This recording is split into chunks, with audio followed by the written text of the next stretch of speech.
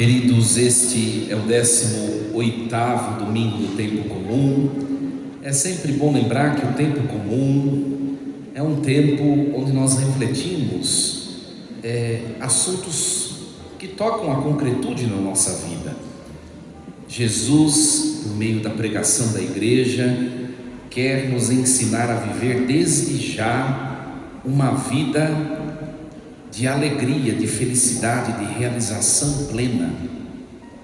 O tempo comum, as leis da igreja, a pregação, a revelação, a palavra, não são entregues para nós como uma espécie de código moralista que de maneira penosa nós devemos cumprir. Pelo contrário, o que Deus nos fala é para que nós vivamos melhor, gozemos desta vida de maneira melhor e nos preparemos para alcançar um lugar bom na realidade que nos espera após a morte. E a temática de hoje da liturgia é um questionamento sobre como nós temos nos relacionado com os nossos bens, o dinheiro, as posses, as nossas propriedades. Olha, Jesus nos ensina, se nós pegarmos em toda a revelação, tanto na Escritura quanto na tradição, nós vemos que Deus, e depois também por meio de seu Filho Jesus Cristo, nos ensina que na vida é preciso ter prioridades. Tudo é importante, não existe coisa que não seja importante, mas cada coisa deve estar no seu lugar. E uma vida plena, nós já refletíamos isso há 3 domingos atrás, quando nós contemplávamos o Evangelho de Lucas, Maria e Marta, aquela que era contemplativa demais, parada, ouvinte, e aquela que era ativista, que fazia as coisas e não dava atenção para Jesus. E nós refletíamos já, nem Maria nem Marta, mas o equilíbrio, E hoje, uma vez mais, só que hoje a reflexão é sobre a questão do dinheiro. Nós temos vivido esse equilíbrio no nosso relacionamento com os bens, Toda a perícope do Evangelho tem aquilo que nós chamamos em hebraico de ninshal, que é o foco, o ápice de alguma parábola ou de algum texto. E o ápice do texto de hoje está no versículo 21, hoje nós ouvimos o capítulo 12 de Lucas, e o versículo 21 diz assim: assim acontece com aquele que ajunta tesouros para si mesmo, mas não é rico diante de Deus. O que acontece nessa parábola que Jesus conta? Ele conta essa historinha. A terra de um homem rico deu uma grande colheita. Ora, aquele homem precisava arrumar lugar para guardar a sua colheita, porque era fruto do seu esforço. E ele se decidiu: eu vou construir celeiros maiores e vou guardar a minha colheita. Até aqui tudo bem, porque foi fruto do seu esforço, do seu trabalho. Isso não tem problema algum. O problema dele está em excluir aquilo que vai além dele, que é Deus e que é o próximo, É o que o texto de hoje e a exortação de Jesus chama de ganância. Tomai cuidado contra todo tipo de ganância, porque mesmo que alguém tenha muitas coisas, a vida de um homem não consiste na abundância de bens. A palavra ganância, pleonexia do grego, que significa cobiça, querer além do que precisa em detrimento de outras coisas, Então Jesus diz assim: quem faz isso, como esse homem da parábola, que de maneira gananciosa ajuntou tudo no seu celeiro e no dia seguinte morreu, E Jesus diz: assim acontece com quem ajunta tesouros para si, mas não é rico diante de Deus. Então nós vemos essa comparação: ser rico para si e ser rico diante de Deus. Olha, é importante que nós saibamos, Jesus não está se contrapondo à riqueza própria. O problema não é ser rico para si. Qual que é o problema dessa parábola? O problema é ser rico para si, sem ser rico diante de Deus. Quando nós temos muitos bens, que é fruto do nosso trabalho, mas nós vivemos em Deus, nós gozamos de uma vida plena e equilibrada. O que é ser rico diante de Deus? Uma pergunta. Ser rico é possuir bens. Quais bens que são aqueles sobrenaturais que vêm de Deus? As virtudes, né? Primeiramente as virtudes mais elevadas, que são fé, esperança e caridade. Depois as virtudes humanas que Deus incute em nós, e nós precisamos desenvolver em nós à medida que vamos vivendo. Quem é rico diante de Deus é quem leva uma vida virtuosa. Se eu sou rico diante de Deus e corro atrás da minha vida para conquistar aquilo que é meu, não há problema nenhum. Mas é bom lembrar que dentre as virtudes que nos faz ricos diante de Deus está a temperança, está a caridade, a solidariedade. Conseguem perceber que as virtudes, elas vão como que domando e regendo a nossa relação com os bens materiais. Então, é um grande questionamento. Nós temos nos permitido ser direcionados, regidos por aquilo que vai além dessa terra, que são os bens sobrenaturais, as virtudes, ou nós temos sido movidos pelos bens materiais, tais como animais que não pensam, né? Então, para nossa reflexão hoje, nós ouvimos o texto de Eclesiastes, né? O autor do livro de Eclesiastes, Coelet, que vai falar essa frase que acompanha todo o texto. É um texto muito bonito, Eclesiastes. Vaidade das vaidades, diz Eclesiastes. Vaidade das vaidades, tudo é vaidade. E no texto, esse é o capítulo 1, ele vai falar quais são as vaidades. Essa palavra não é muito bem traduzida, porque vaidade para nós tem muita significação na questão estética. A palavra vaidade do hebraico é ebel, que significa vapor, névoa, fumaça. No fundo ele está dizendo fumaça das fumaças, né? Vento dos ventos, vapor dos vapores. Tudo é fumaça que aparece visivelmente, mas daqui a pouco se perde, some. O autor do livro do Eclesiastes está dizendo assim: olha, é vaidade, é fumaça, tudo é fumaça. Fique esperto, porque você pode estar empreendendo um castelo neste mundo e esquecendo que depois daqui é que vem o que é eterno, não aqui, né?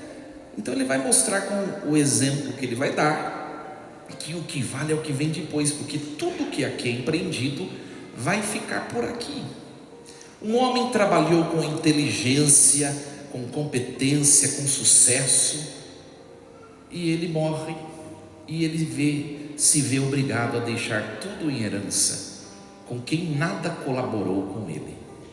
É o que acontece, né? Nós vemos nas famílias às vezes congregadas, quando os patriarcas, as matriarcas estão vivas, né? As famílias congregadas, é bonito.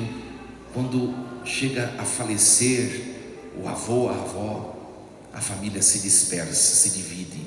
E quantas famílias não começam, né, a se digladiar por causa de bens, né? Tudo é fumaça, né? O que às vezes as pessoas constroem com o suor por longos anos de esforços, né?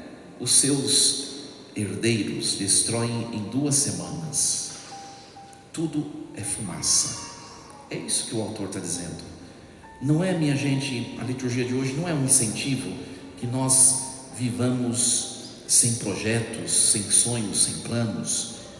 Não está dizendo que nós não devemos correr atrás daquilo que nós temos como metas, pelo contrário, mas está dizendo que nós precisamos estar atentos para não colocar essas coisas que são fumaças no lugar daquilo que permanece para sempre, que é o amor, que é Deus, né? Então uma pergunta para mim e para você: na sua vida, tudo está no lugar devido? O dinheiro, os afetos, o lazer, tudo está no lugar devido? Deus tem ocupado o lugar central do seu coração, né? Pergunta para nós. Olha, o rico de São Gregório Magno, numa homilia sobre esse evangelho, o rico insensato não considerava o que viria depois da morte, pensava somente no celeiro, mas não pensava na sua alma. Ele pensava somente no tempo, mas ele esquecia do tempo mais nobre, que é a eternidade. E nós corremos esse risco, né? Cada um pensa em si. Você tem dado devida atenção para o seu esposo, para a sua esposa? Ou o seu trabalho tem te tirado do tempo que foi designado para a sua família e para os seus? Você tem dado a devida atenção, colocado a sua vida de oração no lugar que ela deve ocupar?